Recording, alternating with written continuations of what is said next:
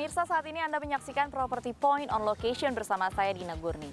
Industri properti merupakan salah satu industri yang terpukul paling parah pada saat pandemi, yakni pada tahun 2020 hingga 2021, di mana properti jatuh, namun pada tahun 2022 potensi ekonomi kembali naik, masyarakat kembali beraktivitas, dan industri properti pun semakin baik. Ini terlihat dari laporan keuangan sejumlah developer yang memang cukup baik.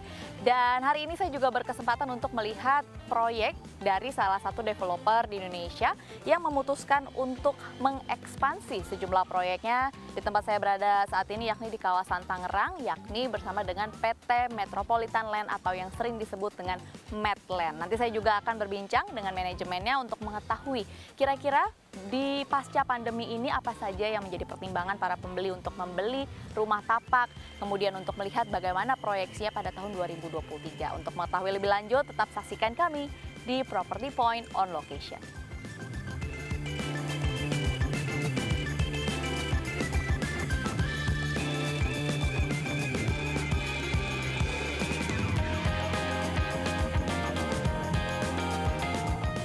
Halo Pak Wahyu. Halo Mbak Dina, apa kabar? Baik. Ya, sehat. Ya, Pak, ya? Iya, kelihatannya Ya. ceria sekali sini.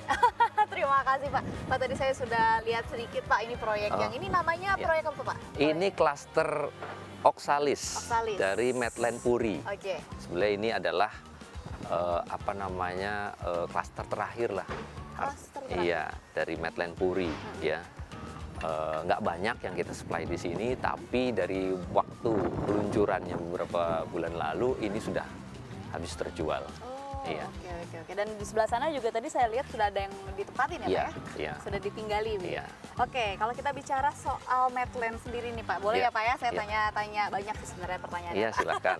Nah, kalau kita lihat dari marketing sales sendiri, kita bandingkan ya Pak, tahun 2021 ke 2022, bagaimana marketing sales dari Medland? Apakah oke atau bagaimana Pak? 2021 itu kita mendapat berkah dari adanya insentif Ya, betul. PPNDTP itu ya.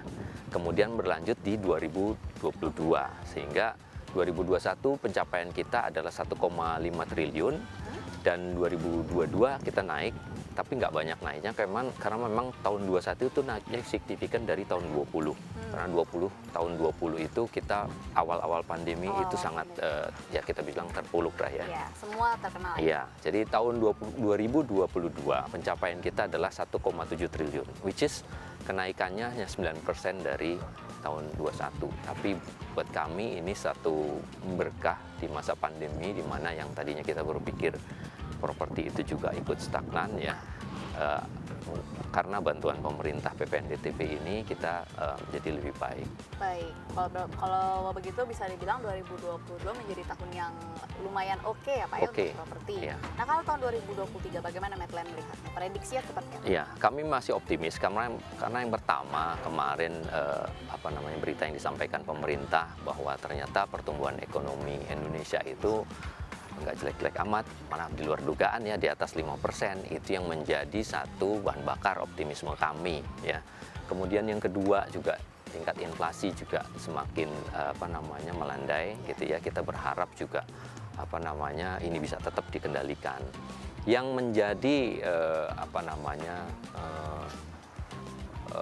tantangan dari kami adalah bagaimana situasi politik dunia bisa mempengaruhi kita. Perang Ukraina ini kan belum selesai. Betul. Jadi kita tetap itu. Tapi kita rasa semua kondisinya sudah price in lah. Jadi untuk yang lebih jelek, ya mungkin kita sudah bisa duga gitu ya. Tapi kita berharap ini justru lebih mereda karena kita lihat semua indikator-indikator perekonomian global juga sudah membaik ya.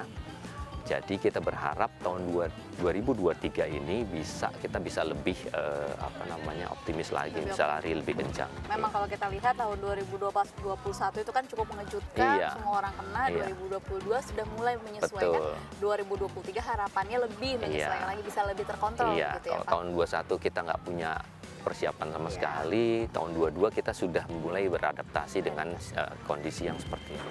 Dan tahun 23 saya pikir sih sudah Lebih baik.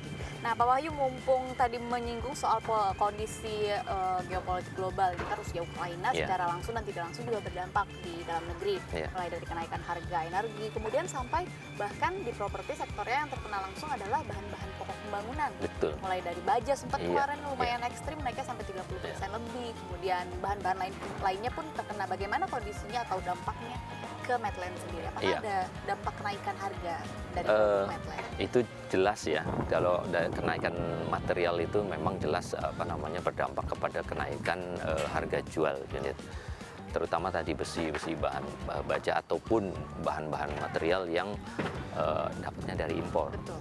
Karena kan kurs US kan kemarin itu, tapi kan beberapa waktu sekarang ini kan sudah turun lagi di bawah 15.000 Ya, kalau nggak sudah salah. Kita harapan terkontrol kita lagi. sih tetap terjaga di situ ya, sehingga beban harga bahan bangunan ini tidak terlalu signifikan mempengaruhi harga jual gitu. Secara periodik memang kita memang harus menaikkan harga unit rumah itu, karena juga pertama tadi bahan bakar, kemudian juga upah. Kita juga harus udah siap-siap nih untuk kenaikan upah tahun 2023, itu jelas. Dan kemarin katanya sih memang cukup signifikan ya. Nah, ini yang nanti mempengaruhi harga jual kami gitu ya.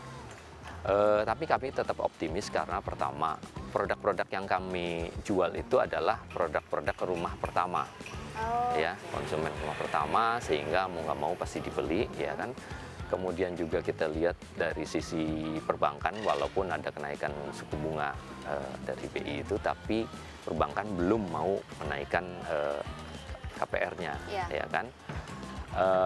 Ini yang membuat kami masih tetap optimis bahwa produk-produk kami akan tetap terserap oleh konsumen.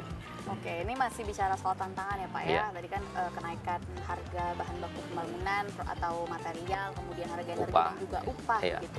Kalau kita lihat dari eksternal nih Pak, ini kan seperti yang kita ketahui nih, Indonesia lumayan ramai ngomongin ada salah satu grup properti yang lumayan problematik gitu. Oh, gitu. Kira-kira ngaruh nggak sih Pak ke industri properti di Medland sendiri betul, gitu? Jadi iya. orang mungkin apakah jadi bikin masyarakat atau pembeli lebih hati-hati, Oke. pertimbangannya lebih panjang atau seperti Ya, apa? ini masalah kredibilitas ya. Betul. Ya, tapi secara umum kan kalau pengembang itu dilihat dari track record-nya ya. Betul.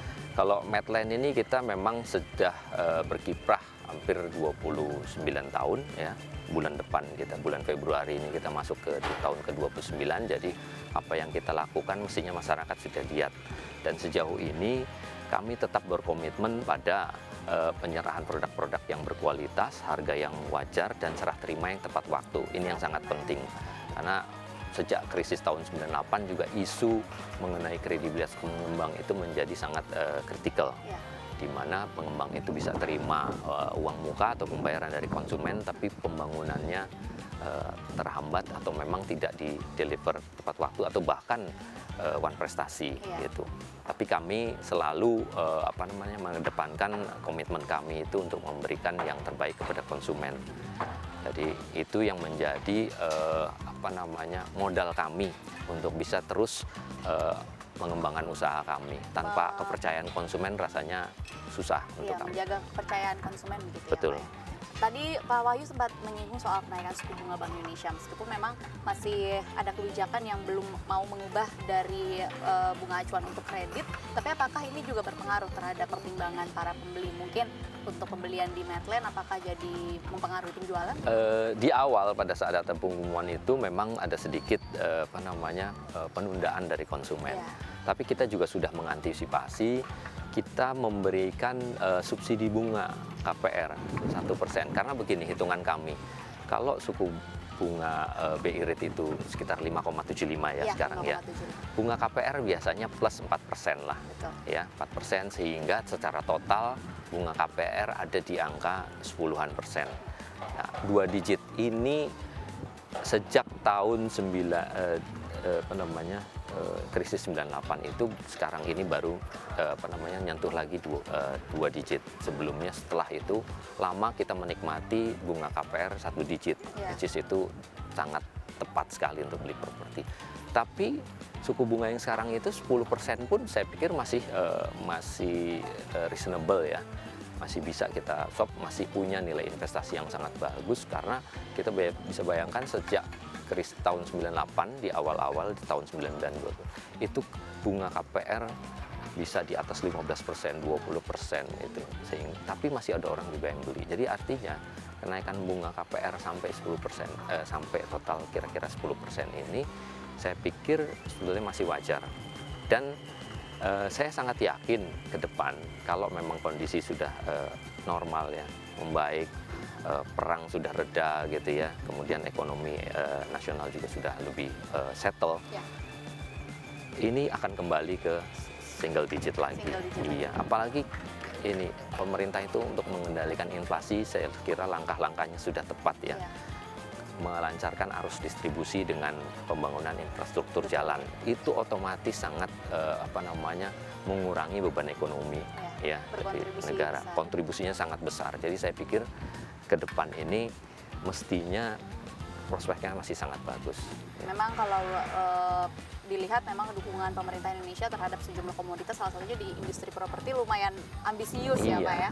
Nah kalau bicara soal ekspansi nih Pak, ekspansi kan 2021, 2020 memang menjadi tahun-tahun yang sulit, tapi 2023 kalau dari penjelasan Pak Wahyu tadi lumayan berpotensi. Ada rencana nggak Pak ekspansi? Atau tadi saya sempat riset sedikit ada Medland Kertajati sekarang? Iya. Jadi kita memang sudah menyiapkan 2 proyek baru, yaitu Medland di Cikarang ya.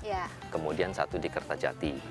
Di Cikarang itu ada kita sekitar 200 hektar lahan. Di Kertajati juga kurang lebih sama ukurannya. Karena kita lihat pengembangan ke arah timur ini infrastruktur sangat masif ya. Jadi itu yang membuka peluang untuk kita kembangkan proyek properti selanjutnya gitu. Ini sebagai bentuk atau perwujudan dari optimisme kita terhadap bisnis properti di tahun 2023 ini. Oke, berarti memang ekspansi ini diharapkan Kertajati dan juga Cikarang kalau saya lihat memang areanya sangat istilahnya lagi naik-naiknya begitu betul, ya Pak ya. Betul. Infrastruktur di sekitarnya juga luar biasa pembangunannya. Iya, Kertajati itu karena ada dukungan bandara ini akan dioperasionalkan secara penuh setelah Sumdawu ini jadi dan beroperasi kan. Kemudian juga Pelabuhan Patimban. Ini juga satu infrastruktur pemerintah yang strategis ya untuk memperkuat jalur distribusi barang ekspor impor. Kemudian juga Subang yang sekarang daerah industri itu sudah bergeser ke timur ya sampai Subang. Ini Subang menjadi nanti kantong daerah industri yang tentunya membutuhkan support atau penunjang area-area pemukiman. Dan kita bisa supply di situ. Oke, baik. Ini kita perbincangannya masih banyak nih Pak ya. Oh iya, silakan. Ya. Tapi ini kita boleh pindah ya Pak. Tadi sempat lihat rumah contoh. Iya, tadi sudah lihat-lihat. Tapi jangan-jangan sudah pesen. Pengennya gitu ya Pak ya. Tadi kan ini kan kalau dari luar. Boleh Pak nanti saya lihat bagian dalam rumahnya yang sudah jadi ya. Silakan. Oke, tetap bersama kami di Property Point on Location.